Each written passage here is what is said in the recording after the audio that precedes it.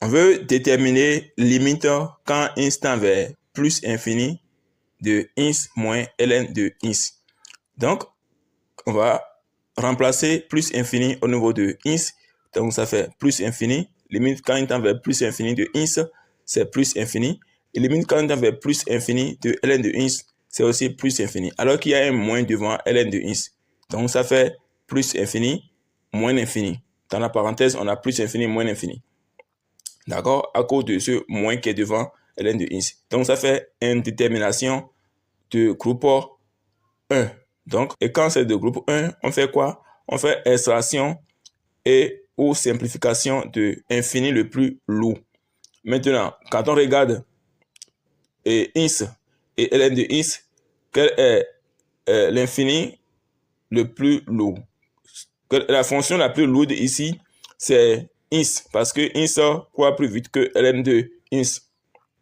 Et donc, c'est ins que je vais mettre en facteur.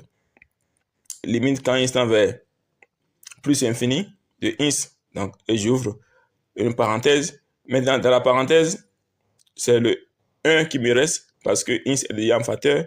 Moins, maintenant, ce qu'il faut faire, c'est de diviser maintenant ln de ins par ins. D'accord? Moins ln de ins sur ins. Puisque lorsque je vais faire entrer le ins qui est en facteur, j'aurai exactement encore ma fonction initiale. Donc, je vais recalculer la limite pour voir. Limite quand il tend vers plus infini de ins qui est devant la parenthèse, c'est plus infini. Maintenant, dans la parenthèse, on a limite quand il tend vers plus infini de ln de ins sur ins, ce qui est déjà une forme remarquable qui donne 0. Donc, dans la parenthèse, on a 1 moins 0 qui est 1. Donc, on a plus infini fois 1, ce qui nous donne plus infini.